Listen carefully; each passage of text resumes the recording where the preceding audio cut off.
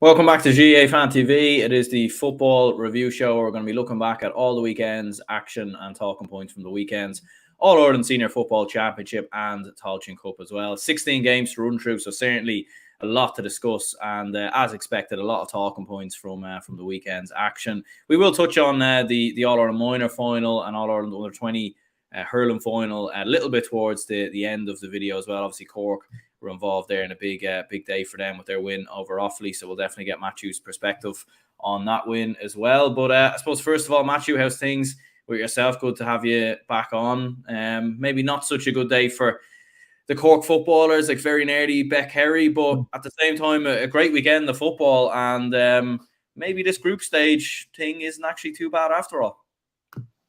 Yeah, exactly. Thanks for having me on again, Aaron, on GA Fan TV. Yeah, it was a surreal experience on Saturday. You were thinking we'd need to go into the Kerry game, maybe lose by less than 5 points, but then you're coming out of the game. It's kind of like the Dublin game of the league, if you remember my reaction to that game in, I think it was 18 points to 10. We lost by 2 points there too.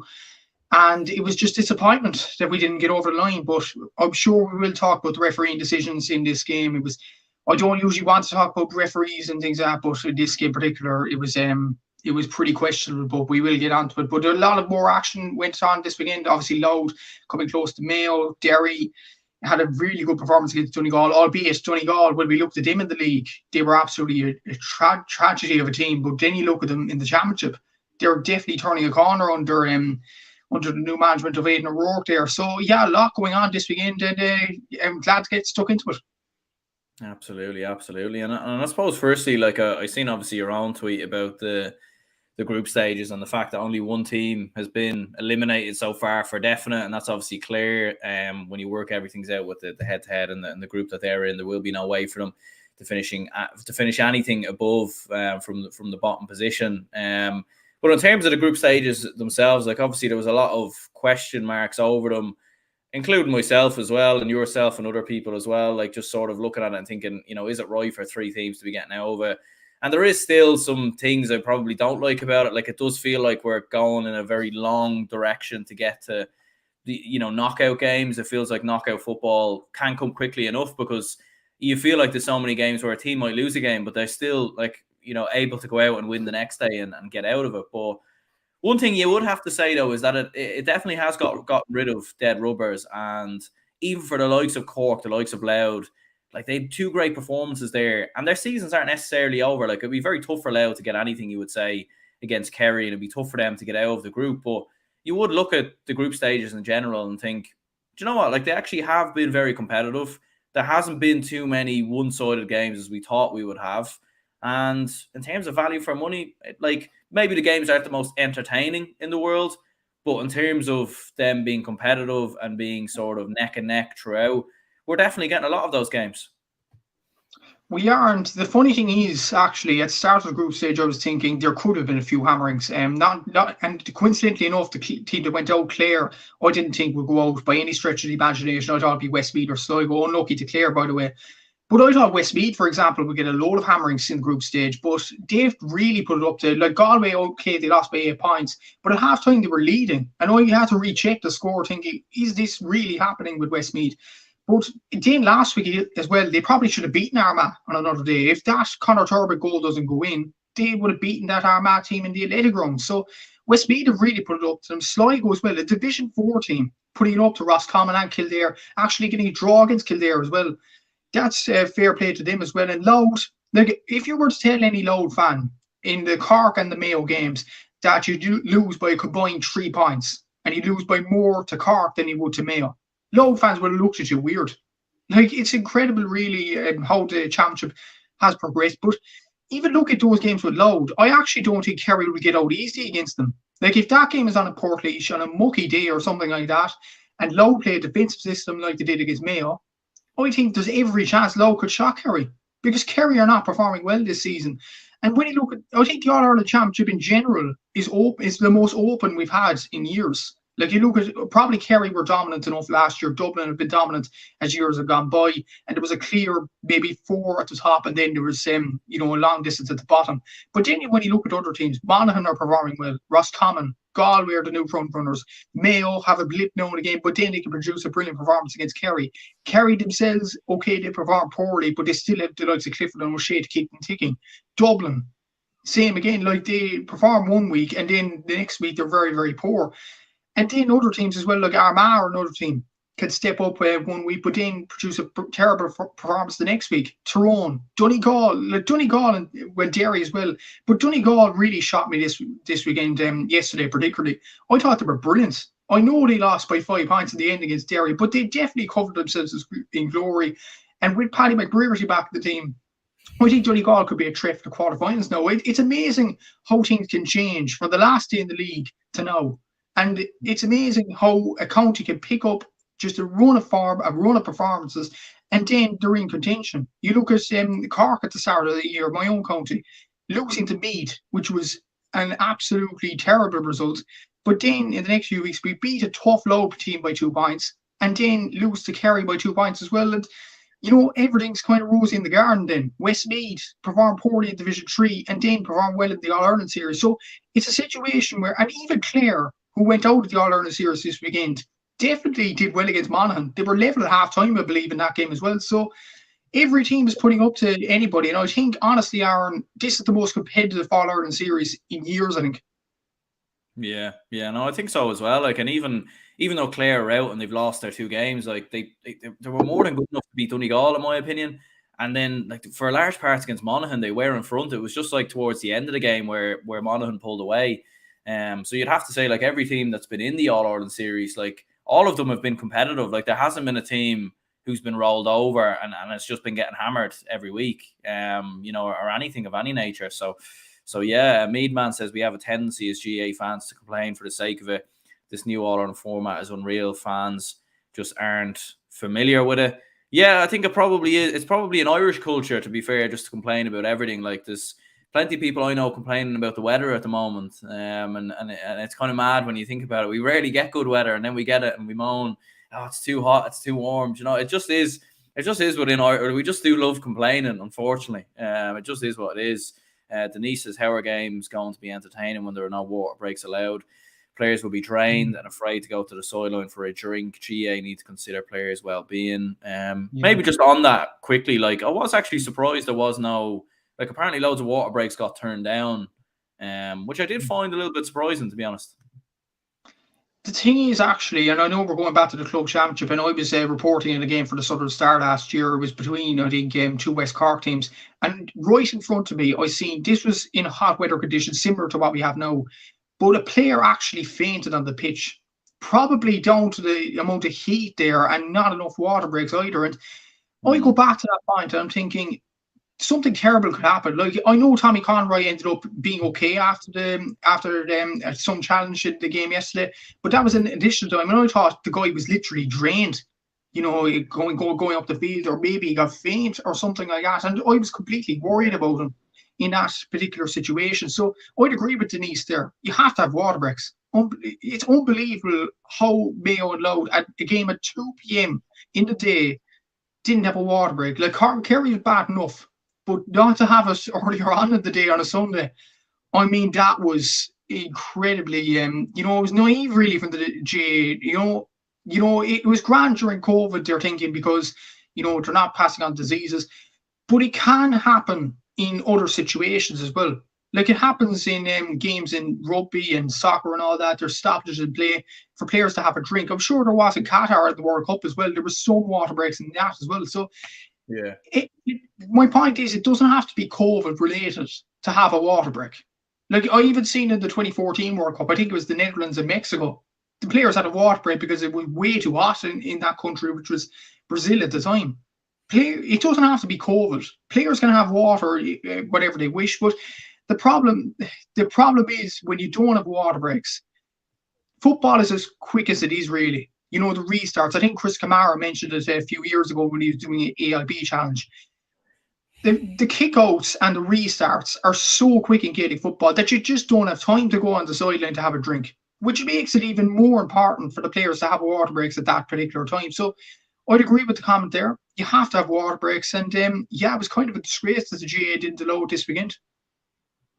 Absolutely. Yeah, Denise says as well, Tommy was fine afterwards singing N17 and Westport pub. He's another talent, and that's singing good to see. Yeah, no, he got up fairly well in the end, and just like you, like I was a little bit worried at first, and I think the commentary was as well, because you just, we've seen things like this happen before, not just in the GA but in other sports. So you do sort of tense up when you see kind of those moments happen. In fairness, but yeah, I suppose we'll look at the action, and we'll go in chronological order of the group. So I suppose we'll start with Group 1, and you mentioned there the Cork game. So it was Cork 15 points, Kerry 114. At half time, it looked comfortable enough for Kerry. Like, Cork were missing a lot of chances, a lot of opportunities were going wide. I didn't think Kerry were amazing, but I thought they were controlling the game.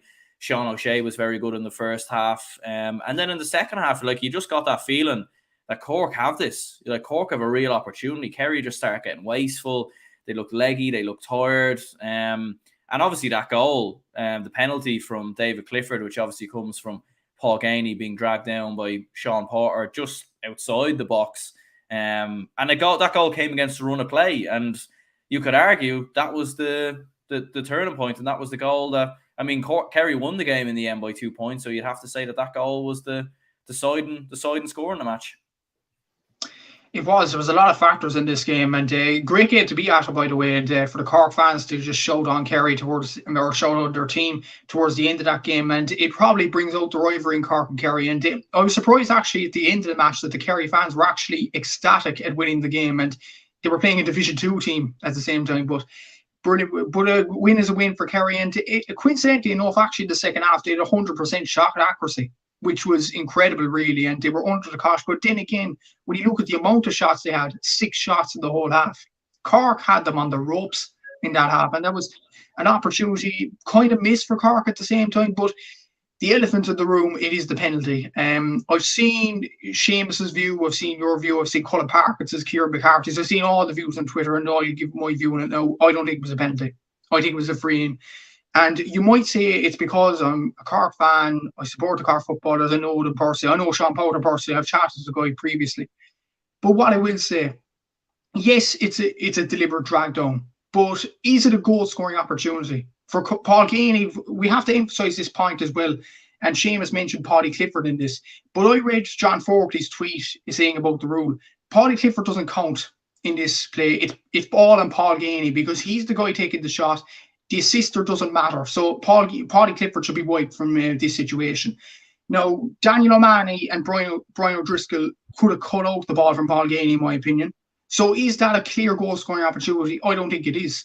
And when you look at the Dublin game, which we'll get on to later, the Dublin Kildare game, Noel Scully actually had a more clear opportunity than that for Paul Gainey. So I don't get these decisions at all. But another thing I noticed as well in the game, in regards to the referee, yes, David Goff is a respected official, I get that, but for the penalty, he went in to confront his umpires about the decision, whether to award a penalty, a black card, stuff like that. But yet, for the Dara Moynihan tackle, which I'll get on to later as well, he didn't confront the linesman for that.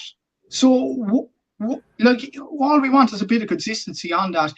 Clifford converted the penalty, and it was a huge changing point in the game, and the black card was a changing point as well. But to be fair to Cork, they stood up to the challenge, and they definitely reeled in Kerry. Stephen Sherlock had a few chances. Owen McSweeney scoring 2 points, brilliant performance. And another decision, the Dara Moynihan tackle, and I seen on your channel you think it was a red card. I think it was a red card. I think it was Stonewall. Like, when you look at that, David Goff refereed the game for Tyrone and Galway a few weeks ago. Remember that Frank Burns challenge on I think it was Paul Conroy for Galway, and he deemed that a red card. Why didn't he deem that a red card to Dara Moynihan's tackle and Kevin O'Donovan? I'm just wondering about this, and we go back to consistency in referees' performances and things like that. I know they're getting a hard time at the moment, but it's maybe just a little thing to ask for referees in the game: bit of consistency. If you're going to award a red card to Frank Burns, award a red card to Darren Moynihan. It's as simple as that. But then again, Cork missed a load of chances. They had a 50% shot conversion rate in the first half, which wasn't good enough, and we kept Kerry in the game. We have to look at that as well.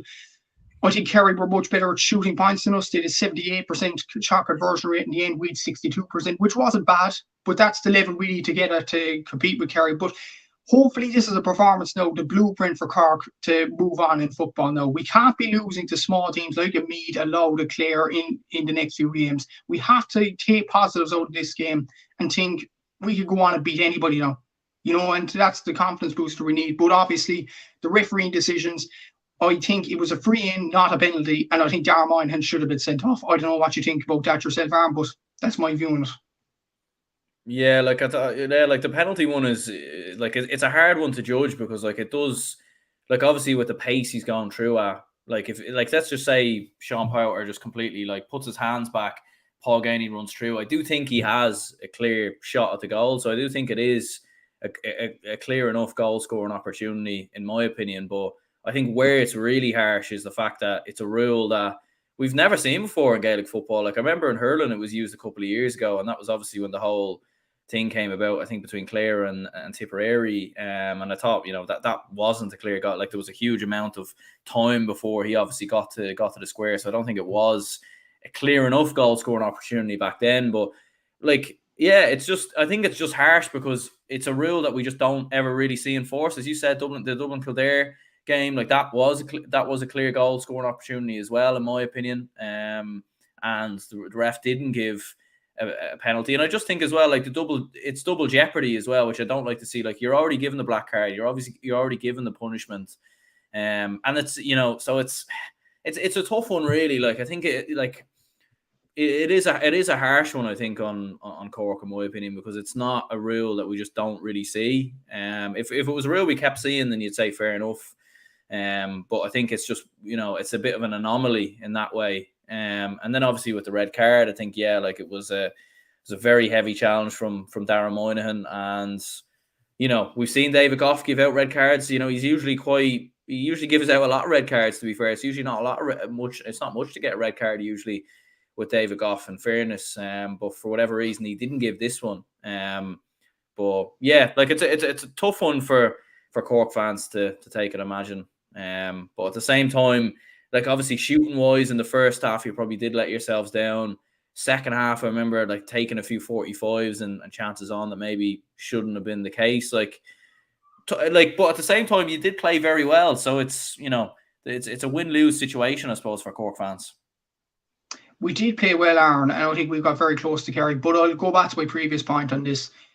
We have to beat smaller teams like Meath, Clare. No disrespect to those counties, no. But you said at the start of the year about Cork in your predictions video, and I definitely agree with you. Cork are one defeat away from a crisis. And that was the point with the Meath game. It was all of a sudden a crisis mode because we lost to Meath. But a lot of Cork fans are saying that we're back with the big boys now after challenging well against Kerry, challenging well against Dublin, and we're definitely on the road to recovery. But I pointed out, we lost to a Meath team that you said off air against Down that were very, very poor. And like they can't seem to score more scores than their opposition this season. So what does that say about Cork? And I just think we need to, first of all, it's kind of, you have to crawl before you can walk. Cork need to beat Meath, Clare, Louth, any of those teams first before we can challenge the likes of Dublin, Kerry, Mayo. There's no point in saying we're going to challenge Mayo, Galway, Tyrone straight away after a good performance against Kerry. We have to go out and beat the likes of Meath, the likes of Fermanagh, the likes of Cavan next season. We have to beat them well as well. And that's just no disrespect to the smaller counties, but Cork need to do that in future to compete with them. It was good signs on Saturday. 62% actually, when you look back at it, it's not a bad shot conversion rate. But as I said previously, Kerry's 78% is the level that Cork need to get to challenge with those teams like a Dublin, like a Kerry, like a Mayo. I think the signs are there. Sherlock, like the bench, for example, Sherlock and McSweeney got 4 points between them coming off the bench. And we still have players to come back in Colin O'Mahony and Conor Corbett. And with players, Conor Corbett actually was a water boy on Saturday, which was a good sign to see. And he was running onto the pitch, giving players out water. And, it's great that he was in the panel despite his injury. You have Tommy Walsh coming back in. Sean Meehan, I'm not sure is he going to make it. Even the Cork have to make a quarter final for him to come back. But we still have players in there to do a job, like Rory Maguire, Daniel O'Mahony, Kevin O'Donovan. There was Kevin Flaherty on the bench coming back to fitness as well. So we do have the panel, and our kickouts are improving as well. I will say that. We had 100% kickout retention, which was very, very good. Our midfield absolutely dominated Kerry, I thought, in Colin O'Callaghan. Killian O'Hanlon was well able to go in there and feed the ball. Rory Dean was very good. Ian Maguire.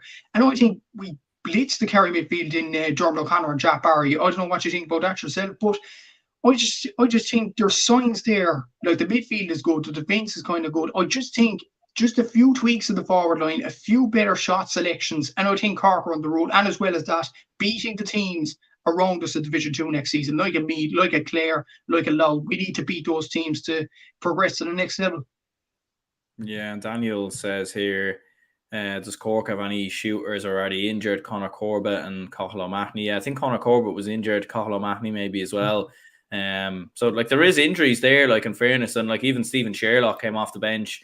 Like I don't know if it is an injury, maybe why he's not starting, or maybe it's due to his poor run of form. I'm not entirely sure, but like if you get him back, to the form he produced last year, Brian Hurley as well, like, and some of the younger players coming through, like we at Cork definitely have a lot of great forwards, and in my opinion, next year they definitely should be pushing to get out of Division 2. They definitely should be closer.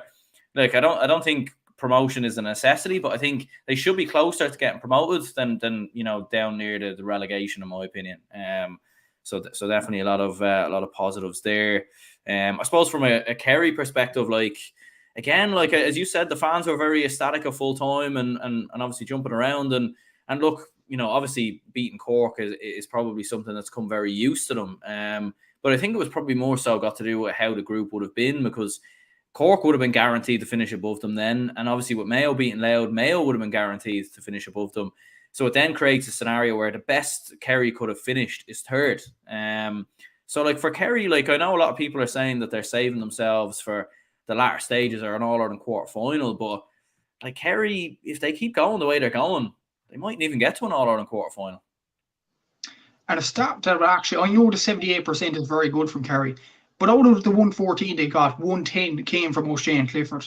That's way too much reliance. And we've been saying it, we've been banging on about it from them at the start of the year. They're way too reliant on them two players in particular. Like Clifford, I think, was their only scorer in the second half. I think Thomas Sullivan was the outlier towards the end of the game. I think it was they scored 1-3 in the whole second. Yeah, I think it was 1-5 in the whole second half there, and Clifford scored 1-3 of that.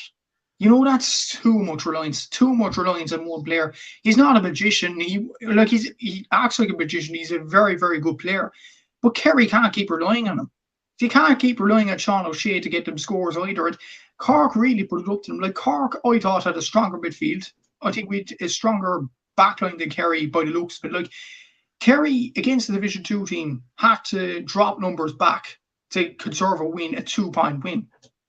It's kind of weird when you see that. Like if you said that to any Kerry fan last year, they would have said you were mad.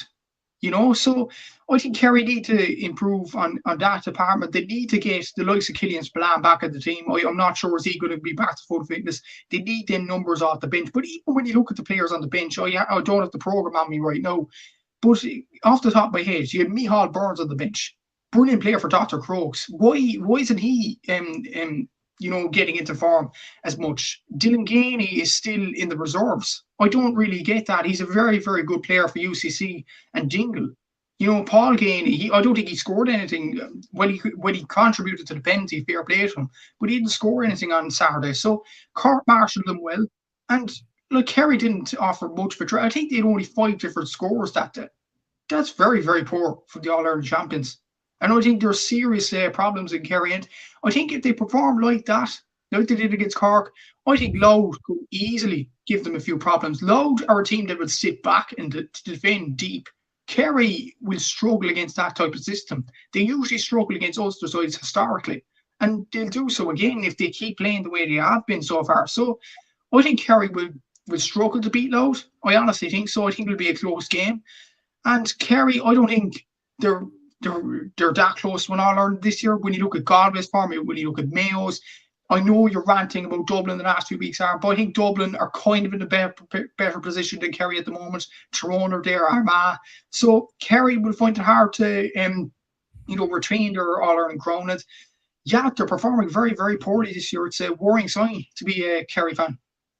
Yeah, and the potential is definitely still there. We know they have the ability and players to kick into gear and definitely still to put up a good fist at an All-Ireland. But it's just, yeah, in the Cork game, there was, as you said, shooting-wise, it wasn't like they were poor, but I thought they were struggling to great chances. They were struggling around midfield to run the ball through there. And I think there was an element of them, I just don't think they really looked bothered in the second half. I think their head started to, there was a lot of complacency, and I think they underestimated Cork big time. And they can't do that against Louth. I think Kerry should have enough to beat Louth, but I think at the same time, it's not, Louth are a good team when they're at it, in fairness, and they'll take a lot of confidence themselves from their performance against Mayo. What a confidence booster it would be if Louth were to knock Kerry out.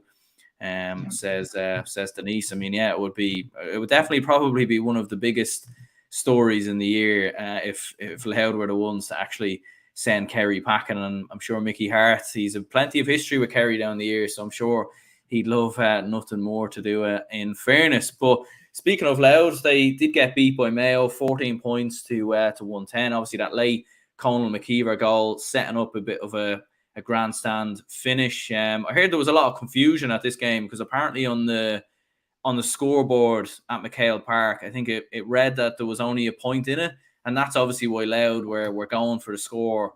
And even Darren Maloney thought it was an equaliser as well on commentary. I seen on the Sunday game that they obviously edited it out and recorrected it, but they definitely did think that it was a point in it. And that's what I've heard apparently now. But yeah, a good win for Mayo, but for Louth, Louth did come very close. Jesus, I was actually going to mention that Dara Maloney saying it's a drawn game, but I was screaming at the TV, Dara, it's 1 point. Jesus, yeah. But at the same time, if that is true, Jesus, the Mayo County Board has some answering to do. In fairness, that's a big controversy actually, Aaron, because if Louth realised there was 2 points in the game, they would have gone for goal, and I think Mayo looked vulnerable at that point. So Mayo would be very lucky. Maybe the scoreboard keeper saved them. So geez, that was a comedic moment there. But to be honest, to Darren Maloney, if that story is true, you have to give him a bit of credit there. But yeah, it was very strange indeed. But to be fair, Louth put up an excellent performance, and Louth are a very, very tough team to break down. It looked like Mayo had this game wrapped up early on in the game, but Louth kept slipping away at it. And remember Leonard Gray's goal chance. I thought if that went in, Mayo are in huge trouble here. But to be fair to Mayo, they got the points. Phil McDonough got the insurance score, and then Cole McKeever scores that goal, and you're thinking, Louth, all they need is another goal. And it looked that way. It looked like they were going for the goal, didn't it, Aaron? But they didn't. In the end, they went for the point. But yeah, it was a shock result, really. It was Mayo would be happy out just to get out of the game was a lifeline with a win out of that game. But when you look at the scores from play, actually, Louth won 6 to 6 points. So maybe there's a few problems in Mayo. But then again, you have to credit Louth. I honestly think, and you said it on your channel previously, Aaron, I don't think Louth get the credit they deserve. They're doing well. Their plan works. And they're a tough team to break down. Maybe the system that they played against Dublin and Cork probably didn't suit them, and that's why they lost those 2 games. They played attacking, expansive football, and in the end, Cork and Dublin picked off them scores. But they went back to basics in this Mayo game, and they made Mayo fans frustrated. And that was a key thing to get inside their heads. And Mickey Hart is some manager, I have to say. And I honestly think, I'll say it again about Kerry. Kerry will not find it easy playing Louth, because Louth are a team that will make it hard for Kerry. They'll get stuck into them, and they're the kind of team that will put 2 on David Clifford and have everybody back. David Clifford will not like that. So I'm telling you, like Louth have a serious chance if they play like they did against Mayo. But if they play like they did against Dublin, I think they'll get picked apart by Kerry. But we'll have to see in the next few weeks. But yeah, wasn't the best game for probably quality, but for entertainment, I thought it was right up there. Yeah, I think so. Like, yeah, like it was. And I suppose with Louth, like I think the problem that Louth probably faced against Cork and Dublin was that they'd gone too far behind. So they had to mix it up. Like for the first 10 minutes against Dublin, Louth set up exactly how they set up against Mayo. But I think the problem was they went too far behind once they conceded that goal. They were 5-6 points down. So they had to come out and they had to chase the game. And then that left space in behind for Dublin to punish them. But yeah, like I think a lot of positives from a Louth perspective. Mikey says Mickey Hart's done a remarkable job at Louth, turning them from a Division 4 team to a solid Division 2 team with one of the best defensive systems in the country. Yeah, like, and I know like a lot of people don't like the defensive football, and I agree sometimes it can be a bit boring and it can be a bit sort of negative and everything else. But look, if it gets results, if it makes games closer, I don't really mind it too much, to be honest with you. I think it creates an extra element to the game, in my opinion. But from a Mayo perspective, like Denise is saying here, that was Louth at their very best yesterday against an average Mayo. Great to see Mayo can win a game when they're not at their best. A positive to take from the game. Like, yeah, like it's probably not like, it was one of those things. I always felt that Mayo looked very comfortable, in fairness. It was only really that final moment of the game where they conceded that late goal where things got really nervy. Like Louth never led in the game, and Mayo scored a point, I think, within literally the opening 30 seconds. So like Mayo did always look fairly comfortable. It was like they weren't at their brilliant best, but at the same time, like they're obviously thinking probably ahead now towards a quarter final. They just need to get a draw at the very minimum against Cork, and they'll be 100% guaranteed to be there. So, like from a Mayo perspective, they weren't at their best, but they got the result, and that's all that matters. I was thinking about this scenario actually last night, Aaron. If Cork and Mayo do draw, Mayo will be on 5 points, Cork will be on 3. And if Louth pull off a brilliant performance and beat Kerry, Louth will be on 2, Kerry will be on 2. Louth will have a better head-to-head goal difference, and Kerry will be out of the championship.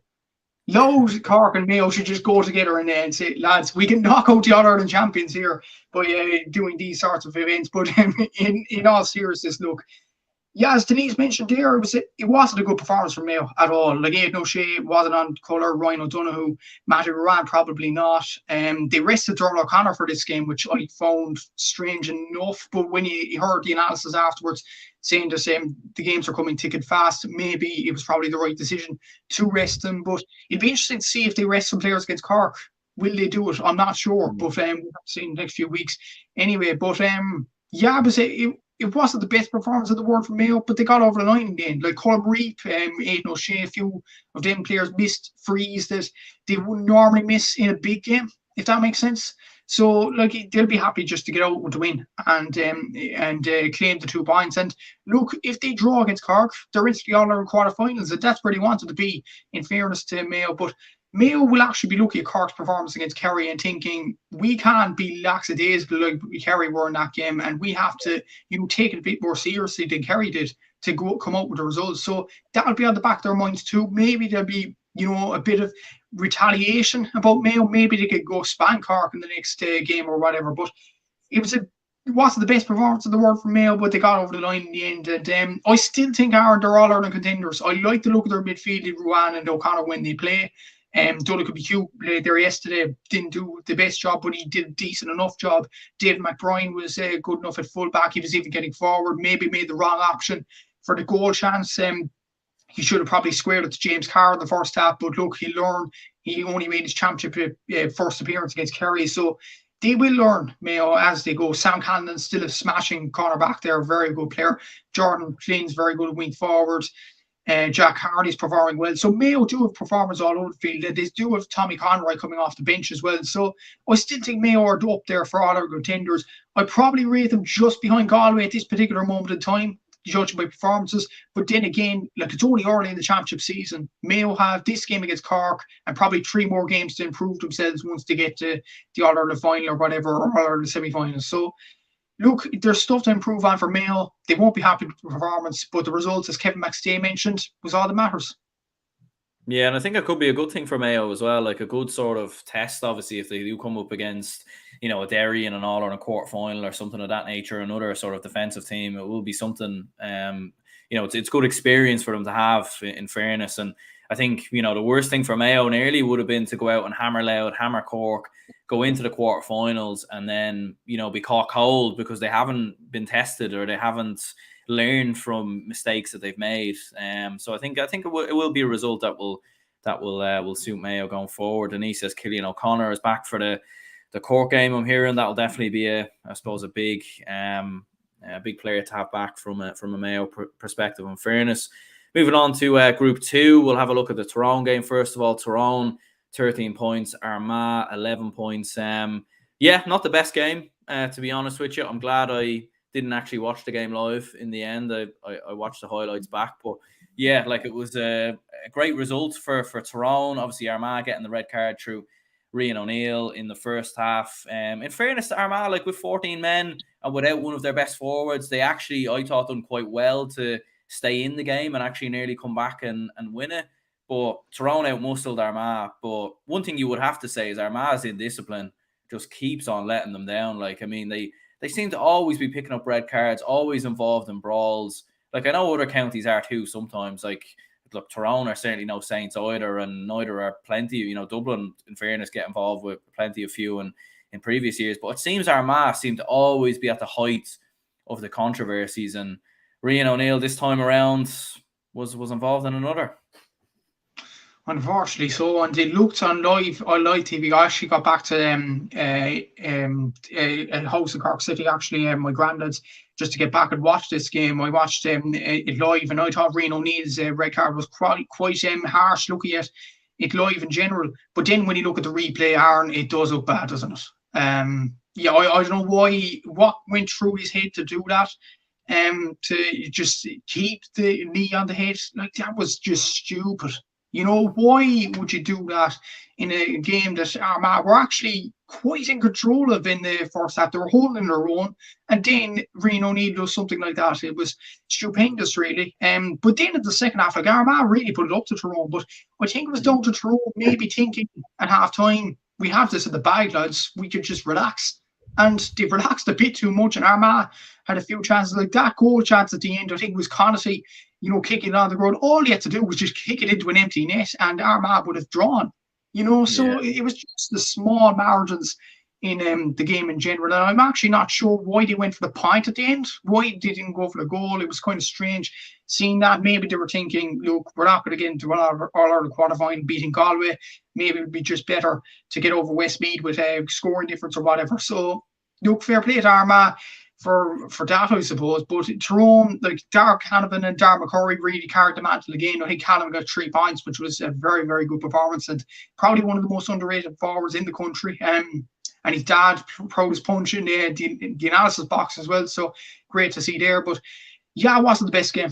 Really wasn't. I didn't watch the start. I watched near the end of it. And to be honest, Aaron, I was mostly on my phone in this game. It wasn't that much entertainment. And the Rian O'Neill red card will take the headlines, and Armagh, I don't know how many times they do it, they let themselves down because of pure indiscipline, and that's probably the reason why they don't end up winning trophies. It's unfortunate. I think they have very good players, but it's just them key moments. Why, again, it was very, very poor from Rian O'Neill. But before I cross over to you, Aaron, what I will say, I think it was Michael O'Neill holding the leg of the Armagh player. I think it was O'Neill or some other Armagh player. That should have been a black card as well. And maybe if Rian O'Neill didn't do that, Tyrone would have been out to 14 for 10 minutes. So, it's these small moments for Armagh that they need to, brush up on if they're going to win any trophies in the future. Yeah, and I suppose, as John says here, another rubbish second half from Tyrone. They nearly threw the game away, in fairness. I think they kicked 8 points in the first half, just 5 in the second. Just 5 points against a team with 14 men. It is quite poor in my opinion. I think Armagh, because when I was keeping an eye on the score live, and when I seen the red card and everything, I was thinking, right, Tyrone are probably just going to pull away here and beat them quite comfortably. But in fairness to Armagh, they did well to fight back. So it's a hard one to judge Tyrone. It's a great win. It's a great victory, and in fairness, they are showing fight, they are showing bottle. They done what I expected them to do, which was just have it just a bit too much for Armagh in terms of attack. But from an Armagh perspective, like it's just, as you said there, like the constant bickering, getting involved in fights and everything else that's going on, and it's a big setback for Armagh because like I think Rian O'Neill, unless the red card gets rescinded, I think he'll be missing for the Galway match. And then you're gonna have a scenario like if Armagh get beat, they should have enough, depending on what happens with Westmeath, Tyrone, to go into the prelims. But there'll be a third place team. You look at some of the teams who could end up finishing second. Like Armagh season, like it's not looking good at the moment, in my opinion. But then again, I think if Armagh meet Kerry, if they don't do anything stupid, I still think they'll beat Kerry on current form. So like it's not all doom and gloom for Armagh, but I do get your point. If they're facing a Monaghan or Roscommon on current form, or even a Donegal, like Donegal performed well against Derry, we'll get onto that game in a sec. I think Armagh are probably worse than them sides at the moment. Because of the constant, as you mentioned there, the bickering, the indiscipline, the stupid decisions, and I think that will ultimately cost them. What I will say about Armagh, though, a positive, Oisin Connaughton, I know he missed that goal chance at the end, but he scored 2 points coming on. I thought he was very, very good, very lively coming onto the pitch. Conor Turbitt getting a point as well, and looked lively enough in the second half. Rory Grugan, like they're very, very good players, Armagh, and they performed well up until the Derry game. And maybe in the last 3 games, maybe they got the culture shock again. Like Derry, they didn't get enough to get over the line. Westmeath, they were quite lucky. And then against Tyrone, it was just, the first half was awful from Armagh, really. But the second half, they really turned it around. They could have easily drawn the game if a bit of killer instinct was there for that particular moment when Niall Morgan dropped the ball. But look, it was you know, I don't think Armagh fans would actually panic about this because Westmeath, they probably just know that Tyrone will get the job done over Westmeath. I know Westmeath are doing well themselves, but Tyrone, the players they have, I think, should get over the line against Westmeath. But and then again, the Galway game doesn't really matter for Armagh after that. Like if they draw Roscommon or Monaghan, it's still an equal enough game. On current form, yes, Roscommon and Monaghan are better than Armagh at the moment. And Kerry are probably equal enough with Armagh at this particular moment as well. So it's still, like, on the day, Armagh could beat anybody, but they need to cut out a bit of indiscipline, they need to have killer instinct, and they need to cut out the bickering as well, because they're going to lose games if they keep doing it. Yeah, Keane says here, Dara Canavan and Conor Moyler were outstanding for Tyrone throughout, popping up all over and causing mayhem. It was a big win for Tyrone. Tyrone will beat Westmeath to cement second place. Liam says Armagh will not beat Kerry, and Keane says Indescipline will be Armagh's Achilles heel. It does appear that way, in fairness, and they just seem to be a very hot-headed team.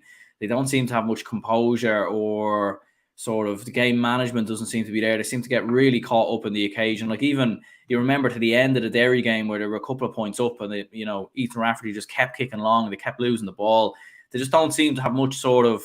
I feel like they need a big win against a big team in the championship, and then maybe they might start to gain more experience and make that step. But it doesn't quite seem to be happening at the moment. Moving on to the other game in Group 2, Westmeath 12 points, Galway 20 points. As we were saying off air there, like Galway were behind the half time, Westmeath were leading. I think there was a red card late in the second half. I'll have to double check who that was, but I've seen like Westmeath only kicked one more point after that. I think it might have been Ray Kennellan actually who picked up the red card. And like after that, I think Galway might have outscored Westmeath. I was looking on Score BO by like 8 or 9 points to 1. So like, although Galway won by 8 points, Westmeath more than held their own. And like up until that red card, it was actually a fairly even game. It was, and fair play to Westmeath, I have to say. Out of the 2 games, they've been competitive in both. I didn't think they'd be anywhere near it. Like, to lose both them games by minus 10 points, that's incredible, really, from Westmeath. From a team that threw away a lead against Louth in the second half in the Leinster Championship, for a team that didn't do enough in Division 3, they've done well in this All-Ireland series, in fairness to them. And it was raking in. They got a red card, a second yellow, I think it was. And it was very, very... hard on Westmeath, they got 1 point, and then Galway started to put away at the end. But Galway got a fright of their lives. Like, Shane Walsh wasn't shooting well. Damien Comer, I don't think, played for the start of this game. Rob Finnerty got a bit of fitness in the legs in this. And Galway, they just didn't look on it in the first half. Westmeath led by 7 points and 6, I think it was. I was checking the Scorpio as well. And then Galway started to put away after the red card. But yeah, it was a wake-up call for Galway. Definitely was. They didn't perform well, but they still won by 8 points. But I take back to Denise's comment about Mayo not performing well, but they won by a point. Galway didn't perform well near their best and still won by 8. So that probably is a good sign for Galway that they could perform poorly but still get out a decent enough result. But fair play to Westmeath, I have to say. I didn't think they put up a challenge to anybody in the All-Ireland series, but they have. But one thing I will say about Westmeath, second half performances seem to be their Achilles heel in this championship campaign. You look at the low game, they threw away a lead. Armagh threw away a lead. Galway threw away a lead. Maybe it's just the fitness for the Westmeath players. They're just not used to, for going to Tailteann Cup, says Sam McGuire. That was the reason they threw away them leads. But yeah, good season all the same for Westmeath. I think Dessie Dolan would be proud of these players to rebound after a poor Division 3 campaign to now coming close to the big boys. It's a fair play to Westmeath. Seriously, it's a very good showing from them. Absolutely. Liam says, why are you not taking into account the fact that Roscommon could top their group, Dublin could still come second, but no mention of the possibility of them in the prelims? I don't think I ever said, to be fair, that I don't think you said either that Roscommon wouldn't top their group. Like obviously we'll get on to both of those two games now, but like it's a strong possibility that Roscommon could top the group. Like they actually have the better score difference going into the final couple of games, so it is more than capable. And that's what I meant when mentioning if Armagh finished third, like they could possibly end up playing Dublin in Croke Park as well. I know they beat Dublin in Croke Park in the league, but it would be a tough game for them in fairness. But getting on to Group 3, it was Kildare 13 points, Dublin 22 points. I suppose much more routine, much more comfortable from a Dublin perspective than when we played Kildare a couple of weeks ago. Much better from Dublin. Like Colin Basquel probably had his best game in a Dublin shirt, in my opinion. The injuries might be of some concern, like rumours that Conor Callaghan might be out for the rest of the season, which would be a huge blow for Dublin, and that might maybe be something that takes Dublin out of the pecking order as one of the favourites. But nonetheless, great results, great win, and I suppose on to Sligo in Breffni Park. It is, yeah. It's not confirmed, by the way, Aaron. I don't think it is, but it should be in Breffni Park. But unless the Dubs actually use Croke Park as a neutral venue, which they have done before, but we'll have to see when that progresses in the next few weeks. But it was a decent enough win for Dublin. Obviously, the Niall Scully challenge that was more equivalent to the Mayo Kerry game. It was nothing in the end of this. Like Dublin were very, very comfortable to get over the line. Colin Basquel was brilliant. I was seeing on the scores. I think he scored 5 points for play, which was a very good showing from him. And he didn't. He hasn't usually stepped up to the plate for Dublin, but this game he did. So fair play to him. But Dublin, good enough performance. Conor Callaghan was good, despite getting the. If that is true, what you're saying, Aaron, that's a huge loss. Like Conor Callaghan is a monumental player for Dublin. He was top scorer from playing the All-Ireland Championship last season. If Dublin are to lose him, that's a huge loss for them, and that'll probably take them out of the reckoning for the All-Ireland, unfortunately, from your point of view. But Sean Butler performed well. I was saying Brian Fenton did as well. Very, very good performance from Dublin. But as for Kildare, Clayton Ryan won't have an excuse this time, or maybe he'll blame the tea lady this time that they spiked their drinks or something like that. We'll have to see over the next few days, or maybe you blame the amber seats, I'm not sure. But I was seeing actually Ewan McKenna's tweet after the GA goal cover saying it was all about Dublin and was about Kildare. So maybe Kildare fans and complain after all or something like that. But we'll have to see how Kildare react once they go to the All-Ireland in the next few weeks after this. But yeah, good enough win for Dublin and comfortable in the end. And you got a day out in the hurling venue, so good day all around. Yeah, I think the reason maybe it did come across a bit like Dublin was obviously because I think Paul Flynn on commentary maybe as the second commentator, Paddy Andrews. Sorry, Paddy Andrews was obviously on there. So, but the thing is, the reason why those players are there obviously as pundits is because of the success, because of winning All Irelands. Unfortunately, there probably isn't too many great. Maybe you could maybe get a Dermot Early or something like that in commentary, but there just doesn't seem to be many Kildare pundits, unfortunately. So that's maybe why it felt a bit like Dublin. But at the same time, when Kerry are playing Cork, there's a lot of Kerry pundits there. It's it probably feels like that's just how it is, unfortunately. there's probably not a lot you can do about that. In fairness, but the other game was Roscommon 121, Sligo 111, 10-point win for Roscommon. Maybe in a similar fashion to Westmeath Galway. Like when Sligo got that goal, there was only a couple of points in it, and he actually felt that Sligo maybe could pull off something, but Roscommon obviously get themselves a goal with Dylan Rowan, a couple of late points as well to comfortably get the win. And as we were saying, a 10-point win for Roscommon, that could stand to them now going into the game versus Kildare, because they do have an extra, like we'll look at the groups in just a moment, but they do have an extra 2 scores over Dublin, and that could stand to them and possibly winning this group. But great win for Roscommon. They done what was needed and got the victory.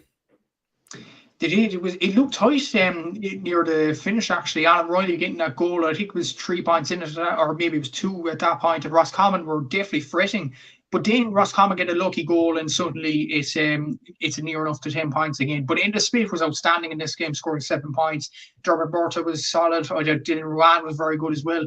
Coming up through to defence, Kieran Murtagh has been brilliant this season, and one of the players of the year, in my opinion, has been very, very good. And this is a team that haven't started Conor Cox over the last few games, Roscommon. So, like, they're definitely making strides under Davy Burke, and he's doing an excellent job there. But fair play to Sligo, same as Westmeath.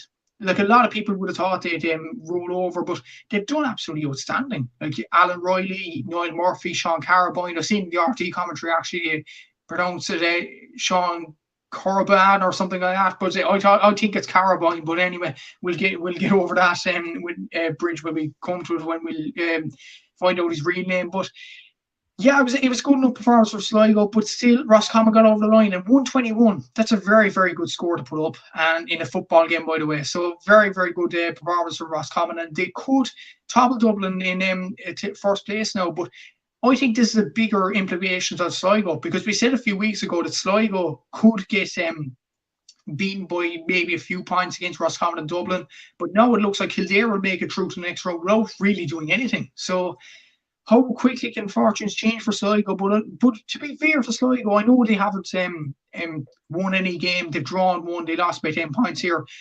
But they've had an outstanding year. They've had a brilliant year, winning Division 4. They were very comprehensive in that. They got to a kind of final. They've had some very good performances. They got to under 20 All-Ireland final. So I think Sligo J is definitely on the up. They've had an outstanding year. And even if they go with the All-Ireland, they should be very proud of themselves. But Roscommon will march on.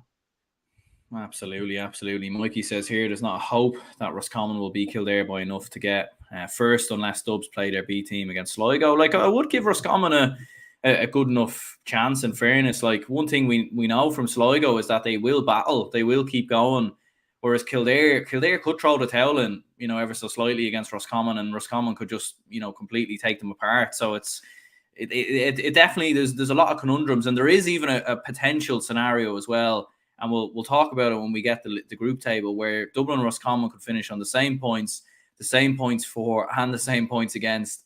And you would wonder how does that get decided? Like, you can't do a replay, because I just think another game, I don't know if both teams would want that. Like, it's another match. So I don't know. Would you flip a coin? Like, you know what I mean? Like, there's a lot of permutations. Maybe the fact Roscommon drew with Dublin away from home, they might get it, but I don't know. Maybe it could come down to yellow cards, as we've seen in the World Cup. It'll be very, very interesting, in fairness. But moving on to Group 4, it was Donegal 115, Derry 314. As you were saying there, like, good performance by Donegal. Oisin Gallen gave one of the performances of his life. Like, what a performance from him. And Derry actually showing that they do have a lot more than just Shane McGuigan, in fairness. Paul Cassidy played very well. Benny Heron, I thought, had a great game.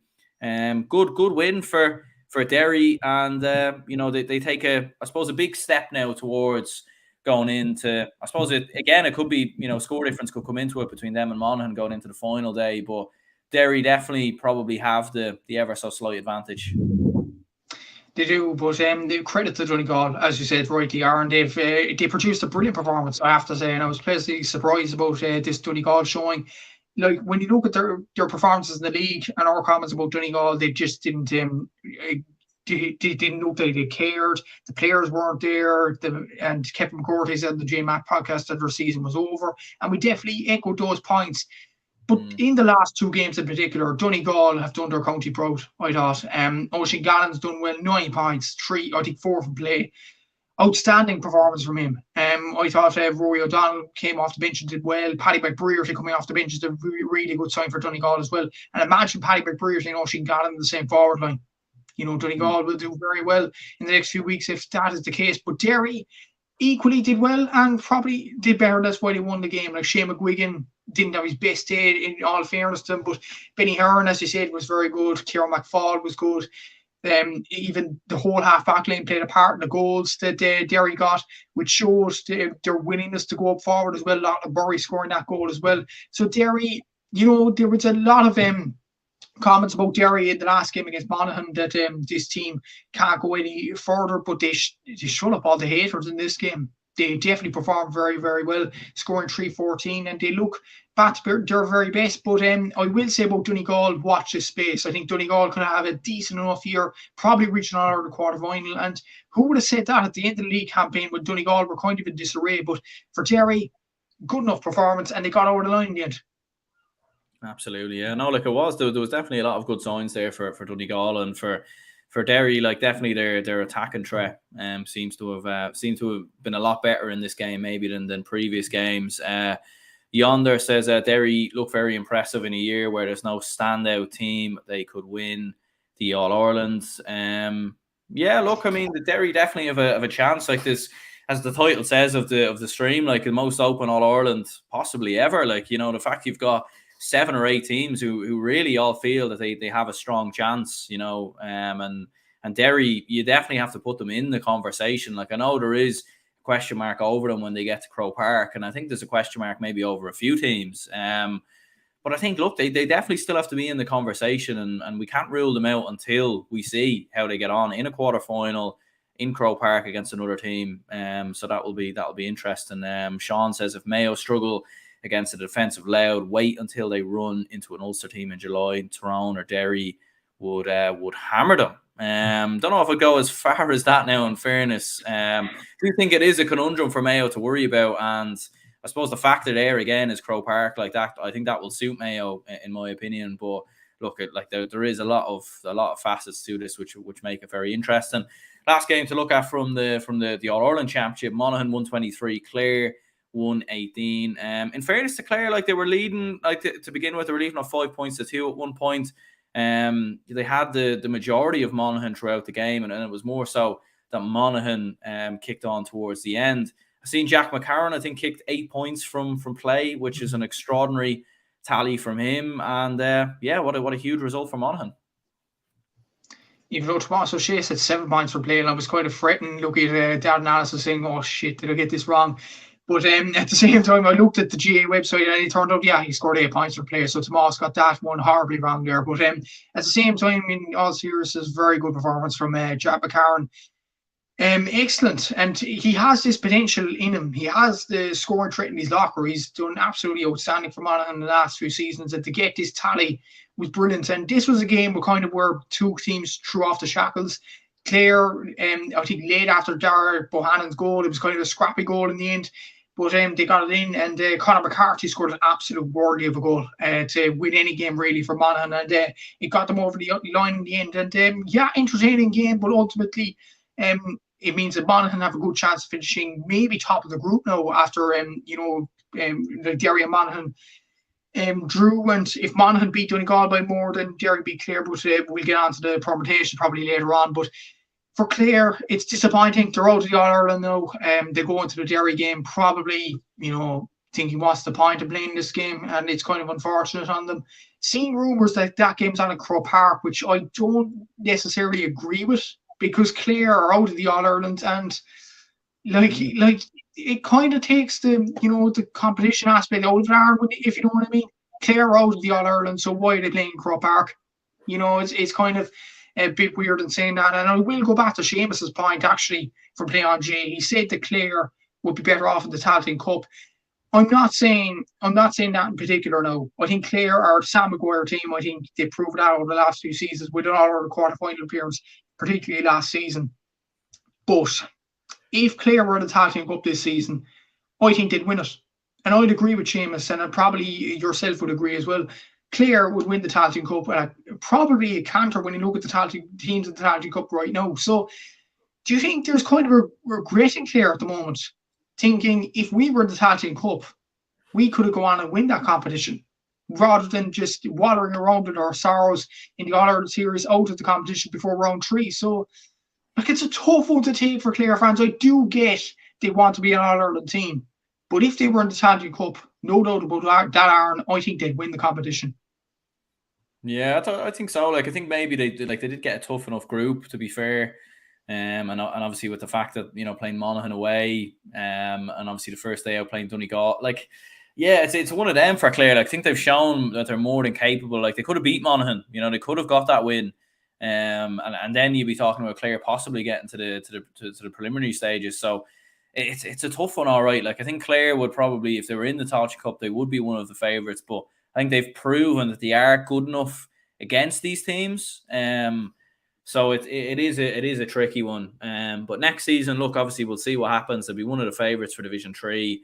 And then we'll see sort of how things go from there, who wins the Tailteann Cup and what the permutations are. They could be in the Tailteann Cup next year, in fairness. But a few comments to run through here.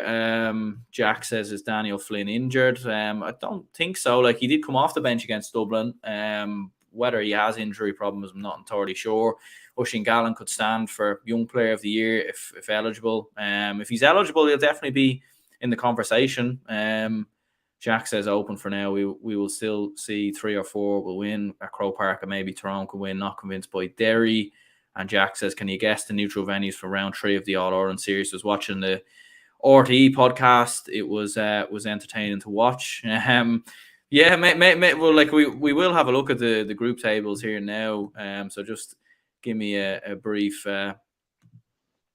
moment there. But yeah, like, I know, like, I think some of them, like some of the neutral venues, I think are more or less confirmed, but they're not like entirely confirmed. So I suppose we'll have a look at like the group permutations and see sort of how things look. So as we can see there with Group 1, like Mayo with 4 points, they're obviously guaranteed to at least finish in the top 3 going into their final game. Cork and Kerry both level there with 2 points. But as he said, there could be a world where Kerry could get knocked out if Cork and Mayo draw, and Louth obviously get the victory as well. The Mayo Cork game, interesting enough, do you know where that's been played, or have you heard anything on that? I've heard some rumours of 4 different venues actually are the Gaelic grounds where it was played in 2017, Ennis where the under-20 final between the two counties was played in 2016. I've heard Croke Park as well as a double header with Armagh and Galway, which I think would be ludicrous, to be honest, with the hotel prices going up in Dublin at the moment. I think it'd be ludicrous at this early stage in the championship. And then Michael McMullen actually put out a tweet earlier on today to say the game could be in Tullamore as a double header with Dublin and Sligo. So you never know. That's 4 different venues. So I'm not sure which would be the best option there for Cork and Mayo fans. Yeah, I think Mayo, Cork and Croke Park will be a bit mad, all right, because that is a big distance for either side to travel, like, in my opinion. Like, that's, do you know what I mean? And I know there was a few people in the comments earlier who were talking about like low attendances at a lot of games this week. I think, to be honest with you, the reason probably why there's low attendance is because there's so many games, and you might as well save your money for games, for knockout games, for knockout football, because obviously there is a cost of living crisis, and tickets aren't cheap, and then travel as well. Like, it's definitely not cheap, in my opinion. I've no idea where the Kerry Louth game is, to be honest, but yeah, we'll see where they maybe that could be in a Tullamore or something of that nature. But looking at Group 2, you've got Galway with 4 points, Armagh and Tyrone there with 2 points. Still definitely a lot to play for. Galway taking on Armagh, Tyrone versus Westmeath. Galway, Armagh and Croke Park would definitely be, I suppose, after the game that we seen there last year, I wouldn't be entirely against it. But again, is it fair in either one of those two counties fans to make the travel, especially when both will probably be in Croke Park for an All-Ireland quarter-final should they get there. And then looking at Group 3, we've got Roscommon and Dublin both there with 3 points. But as you can see, Roscommon have the advantage with points difference with +2, and Kildare obviously have the advantage there with -8. So, like, looking at that group, who would you think? Could Roscommon do it and finish top, or could Dublin like, because one thing you would say is like Dublin, like, do have the potential to absolutely steamroll Sligo, but as I said before, I think Sligo will battle. They'll really, really put up a good fight against Dublin. I still think Dublin will win comfortably. Whereas Roscommon, Kildare, like if Roscommon get a big lead on Kildare, Kildare could just collapse. Like they've had that type of season. So what do you think? Yeah, in terms of the top of the group, it's going to be very, very tough. And I heard your scenario at the start of the show as well, that Roscommon could end up at the same amount of goals scored, points scored, everything, and it'd be all level. It could go down to discipline. But I'd be just wondering if it doesn't go to, if it's level on discipline for both sides, will it go down to the most amount of money given to the GA? Yeah. It could, you don't know with the GA at times, but yeah, it's going to be very, very tough to see who will top that group. Jesus, I'd probably go Dublin right now. I know Sligo will put it up to Dublin definitely in certain ways, but Sligo are Division 14. Dublin should hammer them by more than 10 points. But then again, all the games in the All-Ireland series, the only game that has been 10 points on the dot or over in the All-Ireland series so far was Roscommon and Sligo. And to be honest, looking at that game live, that wasn't a 10-point game. So you never know, Aaron. You never know. It could be a close game than people think. But Kildare have that tendency to bottle it as well. But like with qualification on the line, I don't think Kildare should bottle it really, but the quality of players they have in the team. So it's going to be a tense few hours definitely. But at the moment, I'd probably rank Dublin to finish top and Roscommon and Kildare to get into the prelims.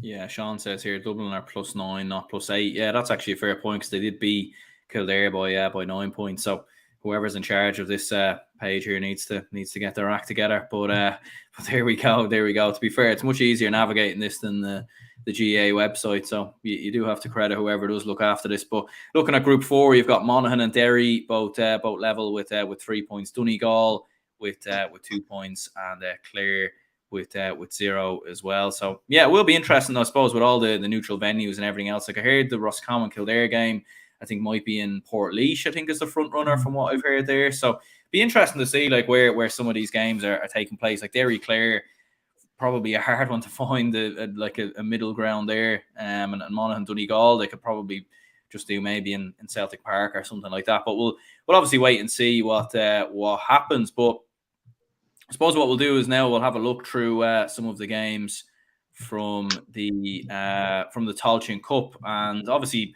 a lot of games to run through. So we'll sort of just I'll share my screen again, and we'll just have a look through plenty of the games here from the Tailteann Cup, and obviously the draw and everything else and what's happened. So in Group 1, Cavan 229, Offaly 29, and it was Laois 117. London 214. You can see how the group ends up there. So Cavan 3 wins from 3, plus 31 score difference as well. So very comfortably through to the quarterfinals, and you'd have to say they are the front runners as well. As you can see there, Brandon Boylan, I haven't heard of him before, so it must be a new player on the side. 2 goals and 2 points. Paddy Lynch with 4 points. A huge amount of scores there, actually looking at it, and definitely not a good look from an Offaly perspective. And Laois in London, obviously in Parnell Park, finishes 117 to 214. Great result for London to finish the season with a draw. And with the fact that did end the draw, it did mean that Offaly will actually progress into the prelims as a home team rather than an away team. So, yeah, thoughts on both of those two games? Yeah, comprehensive win for Cavan there, but Offaly actually had 2 men sent off in the second half, so that's probably why Cavan pulled away in that game. But yeah, good enough result for Cavan, and you'd have to fancy them to win the Tailteann Cup outright. Laois in London was a bit of a surprise, actually. I thought Laois definitely turned the corner in the last few weeks, like Mark Barry, Evan O'Carroll, played some excellent football there for Laois. But yeah, London, they ended their season on a high, and Michael Maher said that in the post-match interview on RTE. Like, very, very good performance from London, but ultimately they are out of the Tailteann Cup, and Laois, it looks like their woes are continuing, Aaron, because after some decent performances against Offaly and Cavan, they then draw to London, and it's probably the story of Laois football in the last few seasons. Yeah, definitely is a big setback, all right, like from a Laois perspective, like to obviously draw with London, like, and they would have been going into the next round obviously as a home team. So the fact they're now away, I think will make it difficult for them. In fairness, looking at Group 2, Meath obviously got the result that they needed versus Down, 111 to 1-9, and Tipperary got the better of Waterford by a point. Interesting enough, I was at the Meath Down game, and you were actually at a bit of the Tipperary Waterford game. So, like for the Meath Down game, I did do a match day vlog, so there should be one out a little bit later on. To be fair, there's actually not a lot really to show from the game. It definitely wasn't a great game, to be honest. I think the most interesting thing was the Meath fans who were just going absolutely mental throughout the match. I was more watching them, to be honest, than actually the match. But yeah, like good. Look, Meath, to be fair, like they have improved defensively. They did show a lot of bottle in my opinion. To come through it. Down at 17 wides though, like, and the game was more than there for them to win. Like Meath had a handful of missed opportunities as well. Like it just wasn't a great game, but yeah, thoughts on both of them results? Yeah, I honestly thought Down would beat Meath, but a very, very good result for Meath there. And maybe it's just about getting over the line for Colin O'Rourke. Like that was the first time actually that they scored more scores than their opposition that's above Division 3 standards. So very, very good result for Meath in that regard. But yeah, it was a long time coming this year, wasn't it? For a Meath fans' point of view. And yeah, I'd imagine that was a boring enough watch for you, Aaron. For Tipper Waterford, yeah, I caught a bit of this game for 20 minutes or so. And yeah, you'd wish the best for both sides. Like, I'm a Munster man, obviously, and I'd want them to do well. Ultimately, it wasn't enough for either side to make it through to the next round, which is unfortunate for both of the sides. And Waterford definitely probably could have gone for goal at the end, in my opinion. They went for the point to make it a tighter game instead of going for the jugular, which was kind of disappointing from that point of view. But look, I probably feel more disappointed for Waterford, to be honest. That's one win this season out of, I think it was 11 games or so this season. So very, very disappointing from them. And yeah, they put in all the effort this year and only to come out with one win, which is quite sad for their point of view. Tip getting relegated from Division 3 as well. It was kind of a no-show. Like, it was mostly Cork and Kerry fans just clapping the Tip and Waterford fans off, which was kind of a sad sight to see too. But look, both of them are out of the Tailteann Cup now, and Division 4 for both of them, which doesn't bode well for either. Absolutely, yeah. Like, and as you said there, like, yeah, like disappointing from a Waterford perspective, but like they have been competitive in a lot of the games, which leads me to think that maybe next year there might be a slight improvement, but it's obviously hard to know. In fairness, looking at Group 3, good win for Wicklow. It was a dead rubber completely, so it didn't really matter at all. Limerick already had the group wrapped up, but good to see them, I suppose, finish the year on a good note with a 7-point win away to Limerick.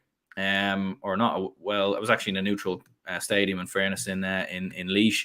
But great win for Carlow, though. I suppose that's definitely the story of this group, 213 to 114. Again, another bit of a setback for Longford. Like, they will go into the next round, but a great result for Carlow. And seeing that Carlow got New York in the preliminary round, like Carlow, like, to get to a Tailteann Cup quarter final is some going, and like we wouldn't have expected that at the start of this competition, in fairness. We wouldn't have known. Like, it's a brilliant campaign for Carlow so far. And when you look at their league campaign, it was pretty poor. But in the Tailteann Cup, for some strange reason, they turned it on. And fair play to Carlow for doing it. They reached the quarter final last season, and they've done so well. They have to beat New York first. We can't just jump the gun straight away now. But like, if they beat New York, that's a second quarter final appearance in a row in the Tailteann Cup, which is very good for a small county like Carlow. And we were saying off air then, about them, that like, it's amazing how a team do so poorly in the league, but in this competition, the Tailteann Cup, increases the confidence of so many teams. And maybe Donald Cusack should take note of that, in all fairness. But like, very, very good result for Carlow. Disappointing for Longford in the end, and Wicklow and Limerick, to be honest, it was just a challenge game in the end. But good confidence booster for Oshie McConnell as he gets the pundit chair in the next few weeks. Yeah, Jack says here, Longford were poor, hardly any subs on a hot day. Also questioning the line there. Mikey says Carlow, the biggest winners, got their second win and finished second, playing New York at home next week in the prelims. Like, yeah, like, it's definitely not a guarantee that Carlow will win the game. Like, in fairness, like, you know, Leitrim had a much better league season than Carlow. New York obviously beat them, but the big thing is Carlow are playing at home. It will be tough for New York. Like, it's always tough for them to make the journey over. I know they're kind of getting experience with it now. In fairness, this is the third time in a year now that they will have made the journey over and played in a pitch here in Ireland. But but still, it will be a tough ask for them in fairness. Jack says Longford's journey will come to an end against Down, unfortunately, I think, says Jack there. Yeah, it will be very tough for Longford now, in fairness. And looking at Group 4, Antrim, huge win for them. A couple of late goals from an Antrim perspective, enough to get the win there. 3-13 to 112. And great result for Wexford as well, who beat Leitrim 116 to 112. So, yeah, what a result there for Antrim. Like 3 wins from 3. Andy McAtee is doing, tremendous amount of work for Antrim. And look, in fairness, like Antrim, are they contenders, do you think, for this competition? Maybe dark horses? Like, is it possible for them to maybe go on and win this now? Maybe so, because I thought they'd lose to Fermanagh despite the form this weekend. But in fairness, they turned up and won the game. And in fairness, the second goal from Oisin Doherty, I seen the highlights last night. I think it was the Antrim's second goal was scored by Oisin. I definitely know that Rory McCann scored the third. I think it was Doherty that scored the second.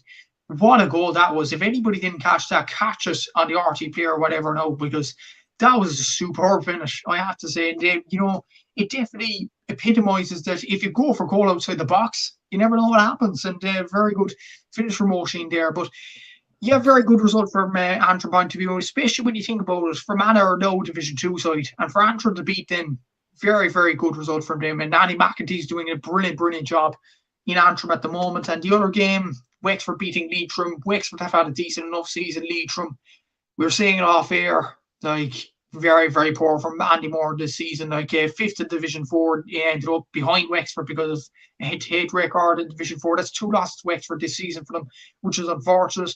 And despite having Keith Byrne and Tom Pryor, that's 4 losses in the championship this season, and that's very, very poor form from Leitrim. And you'd have to expect now that Andy Moore could be gone by when the year is out. So, yeah, very tough year for Leitrim. Yeah, Gavin says here, what are your thoughts on head-to-head? Should they be removed? And just points difference because Clare essentially knocked out of their group. Interesting to know maybe your opinion on that. Like, I mean, like personally, I think the head-to-head is fair, to be fair. Like, I think if you beat the other team, you should have that record if you finish level on points. And obviously, if 3 teams finish level, then it does go down to score difference. But what do you think? Yeah, I'm still a fan of the head-to-head but in some aspects, probably not. Because, like, if 3 teams are level on points, they have to incorporate that too, in my opinion. Like, a prime example was in the league in 2016. Cork, Monaghan and Mayo were on the same number of points, 6 points. And Cork beat Monaghan and Mayo, but then went down due to points difference. I mean, it didn't make sense, really, Aaron. And yeah, I think it's a good rule, but it has to be incorporated with 3 teams as well as 2 if they can. That's my honest opinion on it. But I'm still a fan of the rule, despite people not being a fan of it. Yeah, I think so as well. Like, I think, yeah, I'd agree with you there. Just looking at the draw, obviously, for the preliminary quarterfinals, you've got Offaly against Wexford happening in Tullamore, Carlow versus New York, obviously happening in Netwatch Cullen Park, Down versus Longford happening in Newry, and Fermanagh versus Laois in Enniskillen. So, yeah, a lot of very interesting games there as well to look forward to. And obviously, you can see Cavan, Meath, Limerick, and Antrim will obviously have the home advantage going into the quarterfinals as well. In fairness, I suppose then we'll touch on the 2 hurling finals that obviously took place at the weekend, 2 All-Ireland hurling finals. So the under-20 hurling final, first of all, it was Cork 222, Offaly 313, Ben Cunningham there with 10 points, and Adam Screeney with 8 points actually for Offaly. Obviously, it was a minor last year, so very good stuff from him. Thoughts on this as a Cork fan? I think is it 4th All-Ireland in 5 years, I think I heard on the Sunday game. Like, that's some going. So for Cork, like, I mean, whatever you say about the senior team, there's a huge amount of underage coming through there.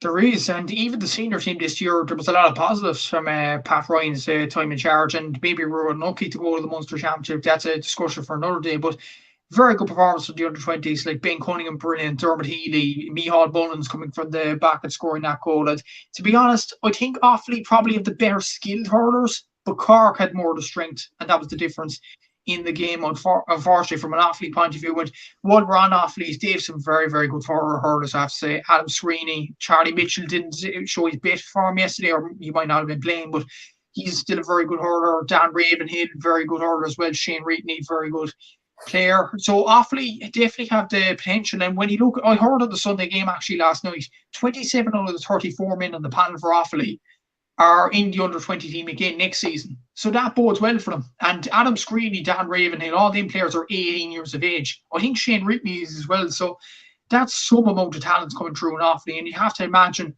an under-20 challenge under-20 title will be coming in the next year or two. And Adam Screeney is definitely a star for the future. What a player he is. But Cork just had more strength on the day and got the line over the line in the end. And Ben Cunningham, could he be the new Patrick Horgan? Like, I've seen him in the club championship over the last few seasons. He's an excellent player, both from place balls and from play. I think he's a very, very good hurler. So he's definitely one to watch in the next few seasons. He was very good for the Bars in the club championship, and he's very good at under 20 level as well. He's only 20 years of age as well. He has a bright future ahead of him. But I suppose the main thing was in this game, the two refereeing decisions. They didn't go our way in the football against Kerry. They went our way in this game against Offaly. Were they red cards?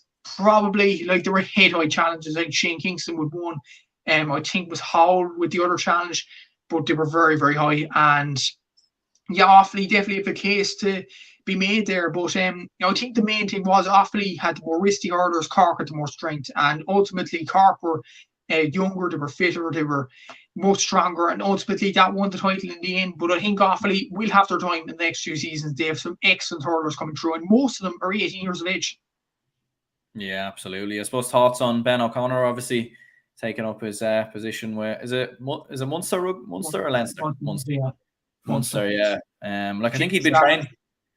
Yeah, I'm not a rugby man. I think people might be able to tell. I'm definitely not a rugby man by any stretch of the imagination. I know as much about rugby as I know about the Kardashians, to be honest with you. So, but Ben O'Connor, obviously, I think he'd been training with them throughout the year. So, I mean, yeah, a bit of a loss maybe for the senior team going forward. He is a loss, yeah, and there's a few losses in the last few seasons. Like Darren Sweetenham was a very good hurler in the past and chose rugby in general for instead of the hurlers. Patrick Campbell, who was a very good minor footballer in 2019, winning the All-Ireland, actually chose rugby as well. So, yeah, a lot of the players are choosing rugby. But when you look at some of the rugby players that had GA heritage in the past, John Hodnett scoring the winning try for Munster, was a brilliant player for Kerry Rangers underage in football. So good luck to them. Good luck to them. It's great to see them play so many sports. And it's good for Ben O'Connor to play rugby. He was in the Ireland under-19 team, and he might be in the under-20 team for the Six Nations next season. So best of luck to Ben. He's a very good player, and I've seen him up close. He's a monster of a player, both for rugby and hurling. And like, if the rugby does fail, maybe he'll come back and play GA, much like the AFL players or much like the Gaelic footballers or whatever. They'll come back and play hurling. We'll see in the next few seasons. And I just wanted to provide a bit of a dig as well. Leinster, no trophies. Munster 1-1. So Munster definitely over Leinster this season for a change. But definitely the GA players taking up rugby in Munster seems to be doing a trick for Graham Rowntree and his team. I know we're changing the sports completely, but just wanted to put that in there. Yeah, that's completely fair. Completely fair.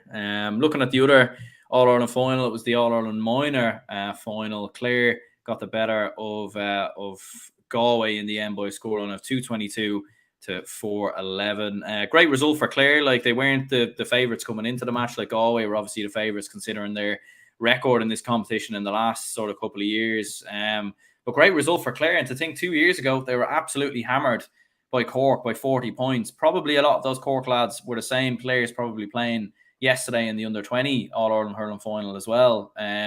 So the fact that Clare, look, fair play to Clare, like, for going on in the space of 2 seasons, the turning around in the way that they've done. Likes of Mark O'Brien looks a very good player. A few other lads in that team as well. So great result for the banner. Yeah, Owen Gunning is a very good cornerback as well, and definitely one for the future. Fred Haggerty, very good performance from him. And yeah, very good performance overall from Clare. Michael Collins, not to be mistaken from the army leader during the Irish Revolutions at centre forward. He had a brilliant performance for Clare as well. I think he scored something like 120 or thereabouts from play all through the minor championship. So very good performance from him. But Galway had some decent players too. Aaron Nyland, Jason Rabbit, very good performances from them, and definitely will be up there with Galway seniors in the next few seasons as well. Under-20s first, obviously, but seniors in the next few seasons. But brilliant from Clare, and they're definitely doing something right. And when you think about it, they were in the Munster final in the under-20s this season too. So they're definitely turning their fortunes around at underage. So very good performance from Clare. They have some good hurlers like the likes of Mark O'Brien, Keith Smith in the under-20s as well. He's an exceptional player. Patrick Crotty in the under-20s and Shane Meehan there as well. But Clare has some very good, nice players coming through. And when you look at Clare coming in next week against Limerick, look, when you look at their underage as well, Art School Reach, a lot of Clare players going to that school as well and winning the Harty Cup. So Clare are doing bits at underage, and you could see why. Like Clare are doing stuff right, and it's definitely proving dividends. But Galway will be back too. Like Aaron Ireland, I'm sure we'll see a lot of him in the next few seasons, and Jason Rappel as well. Yeah, absolutely. And yeah, I suppose obviously congratulations to Meath as well, who won the Christy Ring Cup. Like great result for them, in fairness. Back into the Joe McDonough for next season. Denise says here, opinions on Meath, LGFA manager and background team destruction. Obviously with Davy Nelson not being there anymore. Who do you think will claim Brendan Martin this year? Yeah, it was interesting. All right, like I've seen a few tweets from a few like kind of Meath people who be in the know, and they were saying like there's big news coming this evening. And you know, I know you were thinking, could it be something got to do with Colm O'Rourke or something? You know, could it be something got to do with the Meath seniors or something of that nature? But it was actually obviously the ladies football team in the end. Yeah, obviously a lot of disruption for Meath, and I'm not too sure the ins and outs of it. But what's your opinions on that? Big news, actually, because when you look at Meath's form in the league in particular, they just scraped avoiding relegation. And like it was a poor season for Meath. But then again, in the Leinster Championship, I think they were close enough to Dublin in the 2 games. And they hammered Laois in the end. So, look, I don't get why the decision is made now in the middle of the season when they're coming up in the tough group with Donegal and Waterford, because Waterford really put it up to Kerry and Cork in the Munster Championship at stages and definitely did well in the league. Donegal, after winning Ulster, and definitely getting confidence going. So I don't get, Aaron, why the decision was made now at all times. You know, it was a very, very poor from a Meath PR point of view, in my opinion, but it definitely shows, and Denise mentioned it there, the LGFA Championship is so open, very, very like the Senior Championship. You don't know who's going to win it this year. Probably Meath are in a bit of disarray, you'd imagine, after this shot Louth coming in. So look, who's going to win it this year? Like Dublin, look on good form at the moment. Cork after beating Kerry. Kerry still floating above. Donegal after winning Ulster. Mayo after winning Connacht. Like when you look at all the championships, Dublin was the only one that went to script. Like Armagh winning in Ulster. Armagh were expected to win Ulster, Galway and Connacht, and Kerry and Munster, but definitely flipped. So, and then again, last season, none of the provincial finalists reached the semi-finals. So, for me to sack their manager now, that is a huge bit of news. And yeah, it's like I don't know what happened behind the scenes. Like Vicky Wall's coming back in, Emma Duggan's coming back in. They still have Stacey Grimes, they still have Niamh O'Sullivan, Mary Kate Lynch, all them mainstay players. So, and like the performances against Dublin weren't necessarily a disgrace.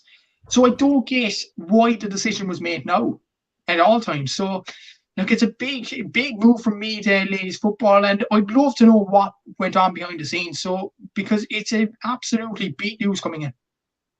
Yeah, what was interesting, all right. Like the only obviously it's all speculation. You'd wonder could the previous management maybe fancy coming back, and maybe that's the reason, but you just don't know. But it is quite unusual. In fairness, but yeah, I suppose before we finish up, player of the week and moment of the week from yourself. I suppose maybe across all codes.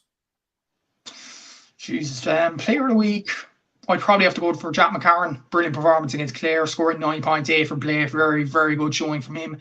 Moment of the week, probably Carlow beating Longford in the Tailteann Cup and definitely ending their group on a high. And now they're on the verge of a quarter-final, and it just shows if you have a poor league campaign, you could do well in the Tailteann Cup or All-Ireland series indeed. So well done to Carlow. Yeah, I think for myself, for player of the week, I think probably Oisin Gallen. Like, thought he was very, very good against Derry. Thought Colm Basquel was very good for Dublin as well against Kildare, in fairness. But you probably would ever so slightly edge towards Oisin Gallen. And then in terms of player or in terms of moment of the week, yeah, I think Carlow beating Longford was obviously a huge win. I think Antrim, their victory versus Fermanagh to top the group. Louth's performance, even to a certain extent, against Mayo, I think was definitely in the conversation. Then obviously Clare winning the All-Ireland Championship at minor level just for the second ever time. Definitely one worth mentioning. So, yeah, I suppose thank you very much, Matthew, for coming on. Make sure to check out the GA Statsman podcast when you get a chance. Leave a like and subscribe for people who are watching this if you could. And yeah, cheers, Matthew, for coming on, and cheers anyone who tuned in. Thanks, Aaron.